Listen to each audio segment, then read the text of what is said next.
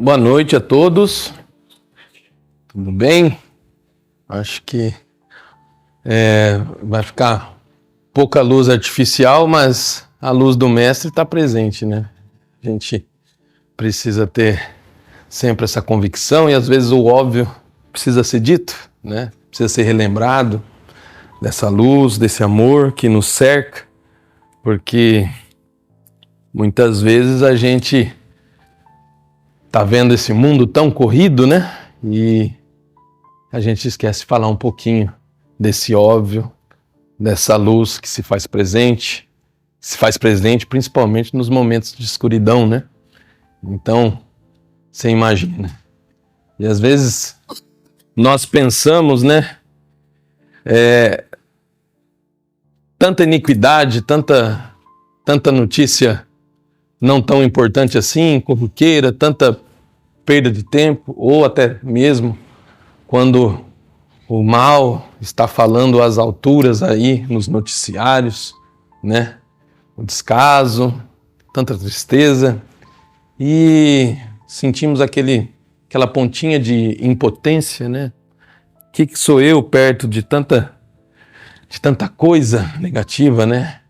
Mas se de repente olharmos lá para fora, ao longo onde que nossas vistas conseguem ver, a gente vê a quilômetros, um faixinho de luz. Se nesses pastos aqui tivesse uma pequena lamparina, né? Lá no meio dela, certeza nós estaríamos vendo, e ela poderia ser um guia de um caminho seguro para que a gente adentrasse com mais confiança perante a escuridão e soubesse o caminho a seguir.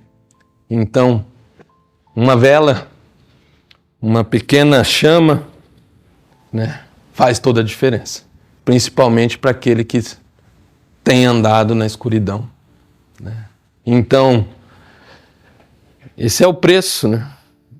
É o preço de tornar-se luz, de deixar brilhar sua luz, né? Esse preço da luz é, muitas vezes, consumir a si próprio. Assim como a luz da vela, que para iluminar o caminho dos outros, ela consome a si próprio, né? Mas entendendo a metáfora, é a estes que é reservado, né? Essa vida futura, né? Todas essas esperanças da continuidade da nossa vida, da vida verdadeira, como abriu muito bem o nosso irmão João Batista, né? Então, luz nós já somos, né? Somos a luz do mundo, mas, como diz o Evangelho, o que adianta se a gente deixar ela debaixo do alqueire, né? A luz foi feita para brilhar e que ilumine-se, faça luz, né? Façamos luz, sejamos luz, reflitamos a luz que vem do alto, porque essa é a luz, né, do Mestre Maior. E ela está presente, né, no nosso dia, num chamamento, ela aquece nossas almas, ela aquece nosso coração. E é sobre essa luz que a gente vem refletir hoje, né, chamada fé. Nós estamos no capítulo 19, se não me engano. Hoje a vista, né, vai nos complicar um pouquinho. Capítulo 19, Instruções dos Espíritos, fé, mãe da esperança e da caridade. Olha que bacana. E bem brevemente aqui é uma mensagem de 1862 do Espírito José, se denomina um espírito protetor. E para uma mensagem tão linda dessa, com certeza a fé, para ser proveitosa, deve ser ativa, não deve ficar adormecida. Mãe de todas as virtudes que conduzem a Deus, deve velar atentamente pelo desenvolvimento das suas próprias filhas. Então ele vem falando aqui, fé, mãe da esperança e da caridade. Põe a fé como mãe dessas outras duas virtudes, né? E o que será que quer dizer quer dizer com isso?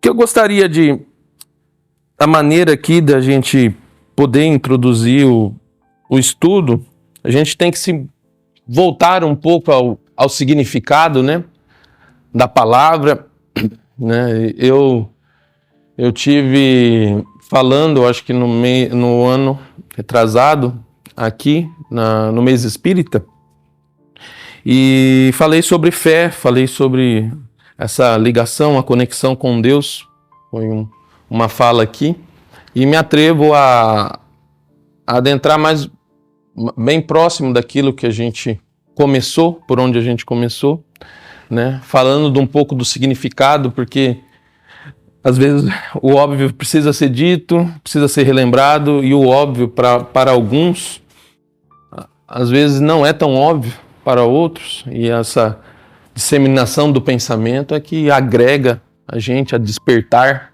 né? Às vezes a gente acha que não tem nada a acrescentar à vida alheia, né? E um gesto, um toque é um despertar para aquela pessoa. Quantas pessoas nos influenciaram ao longo da vida? Quantas nós influenciamos, né? Para o bem ou para o mal, né? Mas estamos sempre exercendo essa influência. Essa influência é exercida. Nós, espíritas, conhecemos muito bem. Ela é exercida de ambos os lados. Lado espiritual, lado material, aqui encarnados. Aqui encarnados nós falamos tantos de obsessores, e o quanto? Será que são tão obsessores assim? Ou é o nosso pensamento ainda arraigado nas delinquências, nas coisas não elevadas que estamos chamando, né? É uma fala muito já carimbada aqui, né, do nosso diretor, o Nino, né? Tanto tempo à frente aqui, nos esclarecendo, e ele fala da educação desses espíritos, né? Que eles só chegam se são chamados, né? Eles só nos procuram quando há abertura, se essa porta é aberta. Então, se nós estamos emitindo pensamentos virtuosos, né, atrairemos também essas energias e companhias também que vibram nessa sintonia. Tudo é conexão, tudo é sintonia, né? Então, muitas vezes não são eles os obsessores, né? Eles são presos aos nossos sentimentos, às nossas, né, mazelas ainda que não desenvolvemos. Então, cabe a nós, e isso é muito bom saber, porque está nas nossas mãos, depende de nós, saber as companhias que nós teremos, né? E fé, se nós formos buscar esse significado, primeiramente, se a gente for perguntar, né, na grande coletividade aí, eu acho que hoje já há um pouco mais de estudo, o advento do espiritismo, né, da doutrina, que é nova, muito nova, mas ela já trata a fé, né, num âmbito, né, num prisma bem mais abrangente, maior, e retoma, por incrível que pareça, um significado mais próximo da sua raiz. Porque se vermos aqui o significado da onde que vem as traduções, a gente vê que o entendimento, né, saiu um pouco da rota daquilo que era, como ela era concebida e entendida já há milênios, né? Já à época de Jesus e até antes, né? Então, se nós formos perguntar aí para muitas pessoas, 10 pessoas, eu acho que muito fácil, mais da metade aí vai falar que a fé está vinculada a uma noção de acreditar, né? Eu ter fé é eu acreditar que algo vai acontecer, né? Nessa crença, né? E se você voltar lá, né, no hebraico, ela era conhecida como a palavra emuná, né?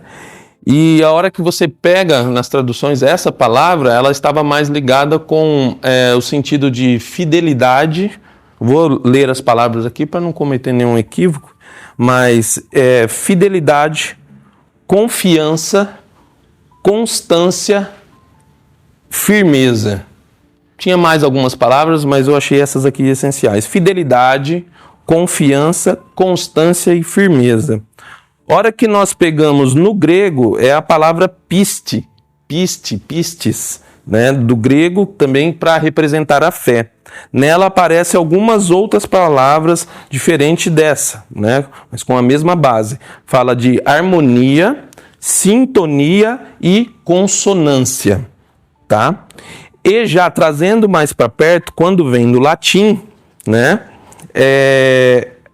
Ela já está ligada, se repete lá, fidelidade do hebraico, lealdade, crédito e confiança. Você vê que confiança e fidelidade se repetiu aqui no latim mais próximo, né?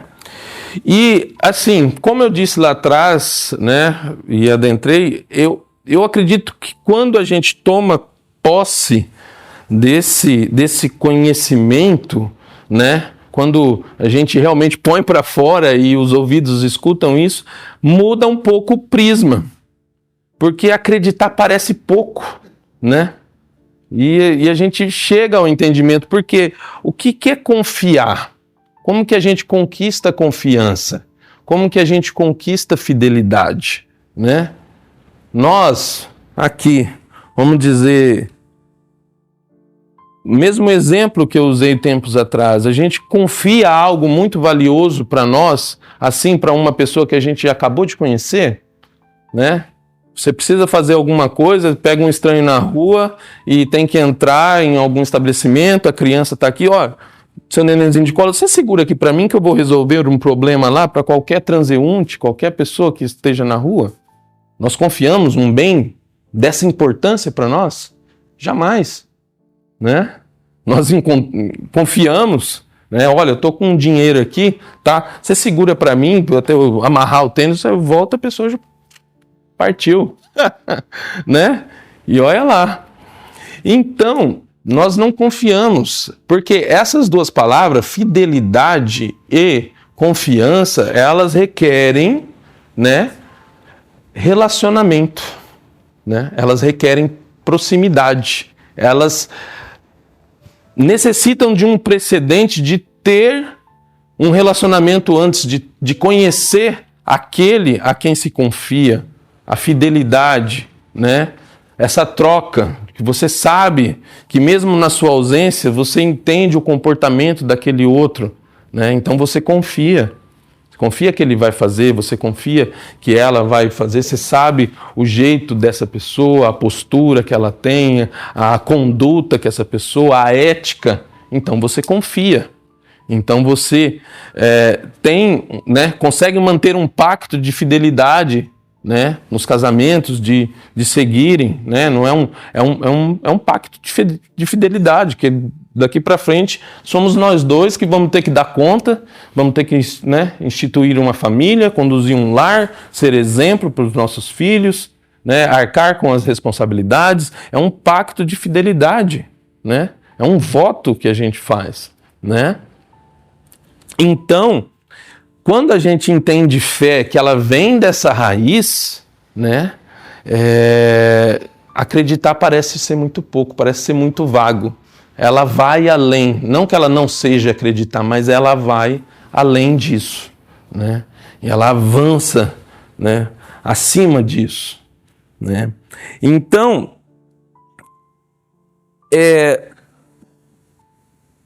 a hora que a gente busca nessa palavra relacionamento, ela nos diz muito, porque para ter fé é desse relacionamento, para mim, um resumo, é o relacionamento com Deus, tá? E nós temos nos relacionado com Ele? Como que anda essa fé, né? Será que o mal em si, atualmente, tem a cara daquele bicho chifrudo com rabão, né? Será que ele ainda é isso, né?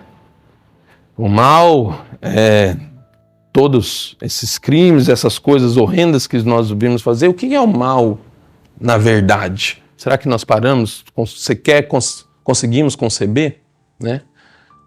Porque o mal, como traz, ele é simplesmente ausência de bem, né? E aí está a grande sacada, por quê?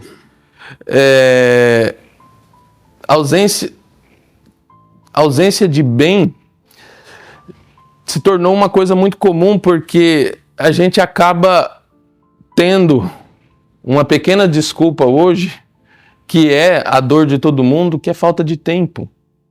Eu não tenho mais tempo, não tenho tempo, não, eu chego tão exausto que sentar na cama não dá nem tempo, já estou dormindo.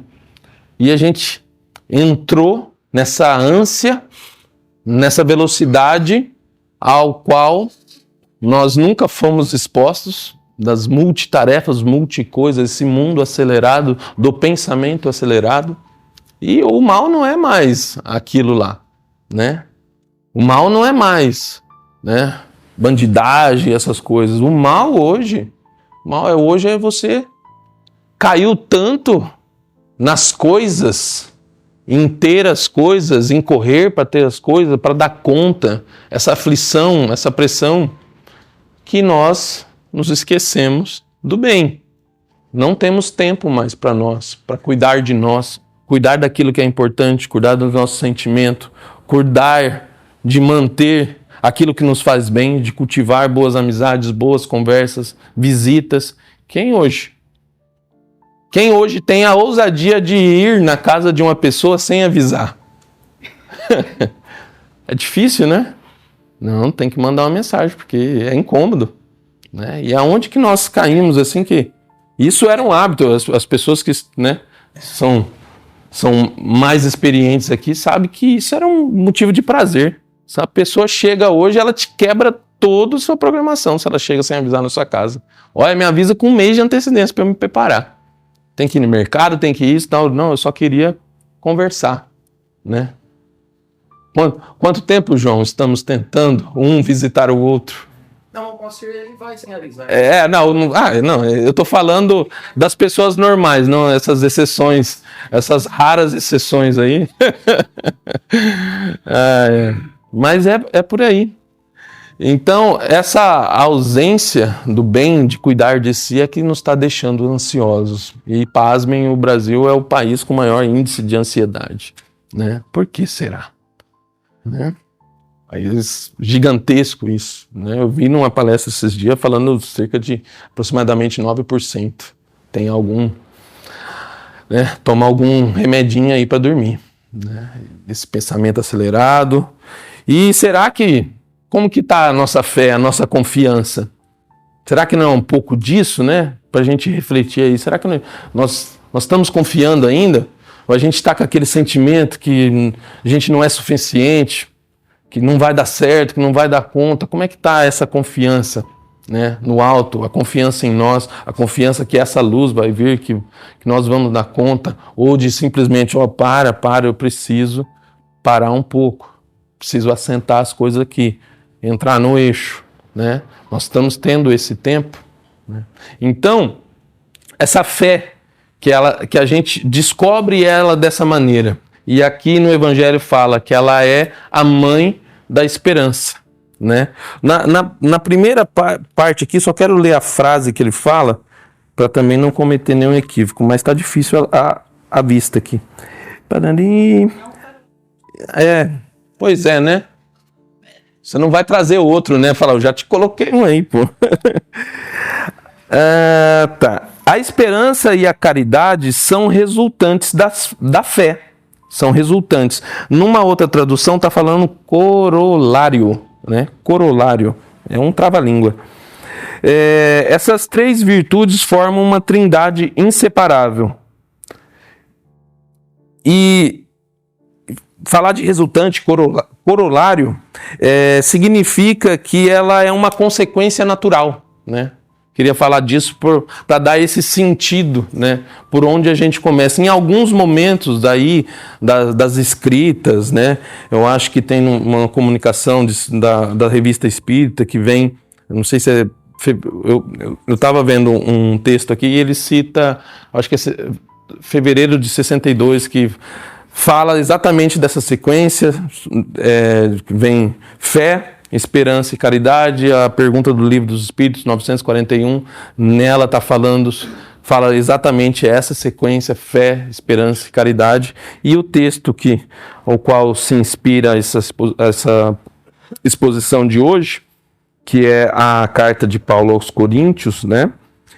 Ele encerra falando também sobre fé, esperança e caridade. Então, querendo nos dizer por onde começamos, né? Essa mãe da esperança e da caridade. Que entendemos fé dessa maneira, numa confiança, numa situação de relacionamento, né? De ter essa certeza, essa convicção do porvir, da vida futura, que há algo, né? Que não estamos aí largados ao léu, né? Que há um guia, que há uma proteção, né? Isso nos dá a possibilidade da esperança, né? E aí vem esse sentimento, né? Que muitas vezes é confundido, mas vou me permitir ler aqui também na pergunta 262 do Consolador, o Emmanuel crava para a gente a pequena nuance que faz toda a diferença, né?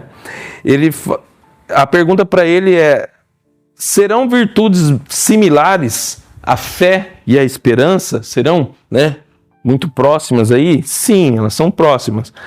Mas só que ele resume um ponto aqui que nos esclarece muito. A fé é como se fosse a luz positiva do sol, ao passo que a esperança é a luz do luar, que reflete a luz positiva do sol. E também isso nos abre um ponto de reflexão e de luz. Porque a esperança é aquela que, numa noite como essa, onde que a luz do sol já não alcançou, já se faz muito distante para iluminar o nosso caminho, há a luz do luar ainda. Então é na noite, é na sombra, é na escuridão, é no frio, né? É no momento de mais obscuridade das nossas vidas que a esperança se faz presente, precisa se fazer presente também, para que a gente consiga caminhar. Então, a luz da fé, que reflete na luz do luar, então, nessa escuridão, a importância da esperança. E isso é muito importante, né? Nós pensarmos nisso, não tirarmos a esperança daqueles pequeninos que hoje estão formando as suas mentes, com seu pensamento ainda todo a ser construído, com palavras de desânimo, né? Com empáfia, com impaciência, cheios de angústias, porque é um dos maiores crimes que a gente pode fazer, porque o que é viver, né, sem esperança? Qual a razão de tão alto grau de índice de suicídio hoje? Suicídio é desespero. Suicídio, né, a pessoa atentar contra a própria vida é a maior prova de não conseguir enxergar a luz, não conseguir enxergar que aquela dor, que aquele vazio cesse dentro da vida dela, e ela já não enxerga, ela não tem. Então ela encontra nesse ato talvez uma resposta para que aquilo tenha um fim, então é total falta de esperança. Essa pessoa possivelmente já bateu todas as portas que ela conseguiu, já pensou de tantas maneiras, procurar um caminho, procurar uma luz, mas não foi suficiente, ou não encontrou uma luz no caminho. Então, fazer isso, e isso vai contra toda a natureza nossa, o bloqueio, os nossos sistemas de defesa que estão arraigados, né, dentro do nosso instinto. E esse sentimento é tão forte, tão desesperador, tão intenso, que ela supera, que os dois instintos, né, que a gente traz lá do reino animal, o instinto de perpetuação da espécie e de sobrevivência. Isso é mais forte do que qualquer pensamento nosso, intencional. né? Qualquer ameaça que chegar aqui, você não tem tempo de reagir. Se aquilo você percebe que te põe em risco, você reage, né? Então isso está arraigado, e a força de uma falta de esperança, de um desespero é tão grande que leva a isso. Fica tão deturpado, que fica tão, né? Então, essa é a importância da esperança. Numa noite, na hora da obscuridade, a gente poder recorrer, saber que vai ter esse consolo, que é esse consolo que nos faz permanecer sabendo que amanhã o sol vai surgir de novo, né? Que hoje, né, não é o fim, que há continuidade, que há um guia, que há um farol. Por mais que as ondas estejam, né, batendo aí, passando por cima do casco do navio, tem um farol lá no fim. Se hoje o vento não deixa a gente avançar, permanecemos, ancoremos aqui. O mar está bravo, então permanecemos juntos. Aguentemos por mais um dia. Amanhã, quem sabe, né? Tenhamos bons ventos, possamos içar as velas e caminhar mais um pouco. Então, se a gente não pode dar um passo hoje, permanecemos, aguentemos, né? É isso que a esperança nos fala a alma. E aí ele encerra, né?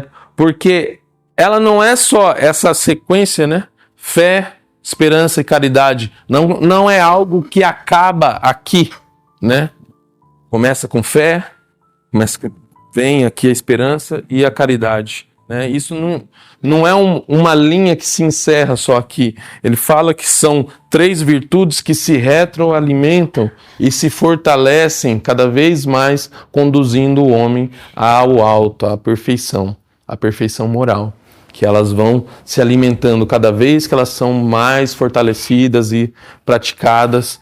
Quando aumenta a fé, você tem mais condição de ter esperança. Com esperança você consegue mais, ser mais caridoso, se entregar mais, amar mais sem esperar, né? E falar de caridade, caridade é esse o sentido, o propósito. Caridade é aquilo onde que a gente consegue realmente tangenciar, afirmar, né? E é esse sentimento que dá sentido. Porque se pensarmos hoje, né, nas minhas reflexões, essa ansiedade talvez não seja, né, que permanece no mundo, não seja medo apenas, não seja falta de confiança, mas ela seja muito mais o vazio, a falta do bem, como eu falei lá atrás, né, ela seja a falta de sentido, a falta do propósito, a falta que nós temos dessa conexão da fé, dessa harmonia, como é falado no grego, né? Porque quando o ser atingiu a caridade, o amor, ágape, como é falado na mensagem aqui, como ele era tido lá na escrita de Paulo, né? O amor mais puro, o amor desinteressado, né? O amor que tudo suporta. Quando ele é vivido, ele é vivenciado, ele é experimentado, essa escrita dele talvez seja assim, talvez depois do Sermão do Monte, um texto de maior inspiração, de maior, né, elevação que já tenha se registrado, né?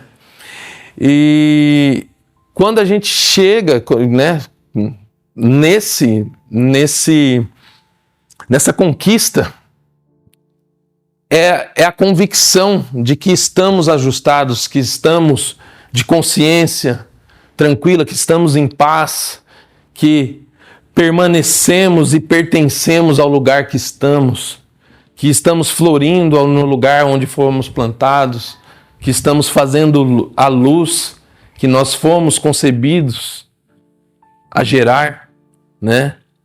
E essa paz na consciência começa com o dever bem cumprido, né? Com a constância em superar-se, não superar o irmão, superar-se cada vez mais, né? E ela traz essa paz. Então, esse vazio, né, eu acho que tem dado brecha para que ele seja preenchido com coisas não tão boas assim. Eu acho que por isso que o mundo está tão ansioso, por falta de propósito, por falta de encontrar, por falta de ter essa convicção que a gente está no lugar certo, que estamos fazendo, que somos suficientes, não ficarmos nos culpando ou nos remoendo pelas mágoas, que deixemos isso para trás e nos demos a oportunidade, porque o Pai não espera a perfeição da criatura para amar. O Pai ama tanto o algoz, o agressor, quanto a vítima. Ele não escolhe lado. O Pai é simplesmente amor. Ele transborda amor. Tudo é da criação, provém dele. Então há amor em tudo, né?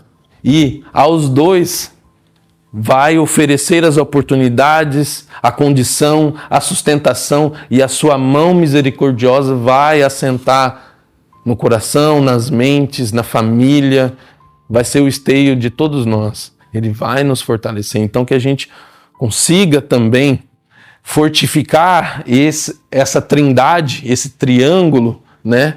Para que também não paremos só no acreditar lá, mas que a gente possa viver essa luz da fidelidade, nos mantemos fiéis, né?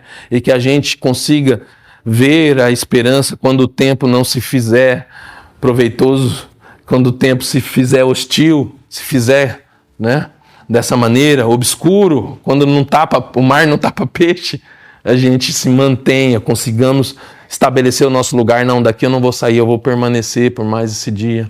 E que a gente venha dando a sustentação para tudo isso, na maior das virtudes, assim como disse Paulo, que a gente, para alimentar, que essa é a virtude, né, que mais agrada a Deus, né? Então, um pouquinho aqui, que ele fala que ainda que falasse a língua dos homens, a língua dos anjos, mas no final ele fala que depois de tudo, agora pois, permanecem essas três, né? Acho que pelo avançar aqui, mas só leu o trechinho final, né? Porque agora vemos por um espelho bem enigma, mas então veremos face a face. Agora conheço em parte, mas então conhecerei também como sou conhecido. E agora, pois, permanecem essas três: a fé, a esperança e a caridade. Porém, a maior dessas é a caridade. Segundo Paulo de Tarso, na sua famosa carta aos Coríntios, ele diz isso, né? Que a maior dela. Então, que a gente entenda essa sequência de nós não só acreditarmos, mas ir além, de estabelecer um relacionamento com Deus, de não ficarmos com tantas pompas, porque Ele é Pai, Ele é íntimo, né? Ele se espraia em tudo, Ele está em nós. Então, não precisamos de tantas formalidades para alcançá-lo, né? A esperança que na hora que a dor vier, que a prova vier, é porque nós já temos ombros para suportá-las. E saber pedir ajuda, né? Saber buscar ajuda, saber cuidar de nós. E a caridade, que ela é a sustentação disso tudo, de fortificar todas essas virtudes, que a gente saiba doar, que a gente saiba brilhar essa luz para iluminar os caminhos dos outros. Que aí esse vazio existencial muitas vezes vai ser preenchido, né? E essa ansiedade, essas tantas coisas, né, que vai esfriando a fé, né, é a caridade que vai, né, reacender essa chama, né? Então é isso que eu gostaria de falar. E nós temos a pergunta hoje, 68, aqui só deixa a lanterna, gente. Agora eu peguei. No capítulo 4, princípio vital, tá no item 2, vida e morte. É bem curtinha, tá? Fala qual é a causa da morte nos seres orgânicos. A exaustão dos órgãos. E a 68A fala: pode-se comparar a morte à cessação, ao fim, né, do movimento de uma máquina desarranjada? desajustada? Sim, pode-se considerar. Pois se a máquina estiver mal montada, a sua mola se quebra. Se o corpo estiver doente, a vida se esvai. Certo? Então, fala um pouquinho do que a gente comentou agora, de cuidar de si, né? Porque se a gente não cuida do corpo e da alma, né? Acabamos padecer. E muitas vezes a gente acha que precisa salvar a tudo e salvar o mundo. E ficamos lamentando culpas que só estão na nossa cabeça e achamos que não somos merecedores. Mas o Pai nos ama e nós somos. E nós temos a responsabilidade de cuidar de nós mesmos. Então, que a gente consiga se dar esse direito, se dar o direito de errar, se dar o direito, né, perdoar-se, continuar, porque o Pai Maior não desistiu, né, jamais. Ele continua nos amando, na toda a sua potência, em toda a sua amplitude, Ele nos ama, Ele nos toca. E essa abertura precisa vir de nós, porque essa ajuda nunca deixou de chegar. É que muitas vezes a gente faz essa crosta de cinza, de névoa, e esse sentimento, essa inspiração divina acaba não conseguindo tocar a gente. Ou mesmo nós temos tão pouco tempo para dedicar a esta conexão com o alto. A criatura volve ao Pai, ela busca ao Pai, ela precisa do Pai, né? Nós fomos criados imagem e semelhança do Pai. Então há um chamado natural em nós para que voltemos e nos aproximemos dele.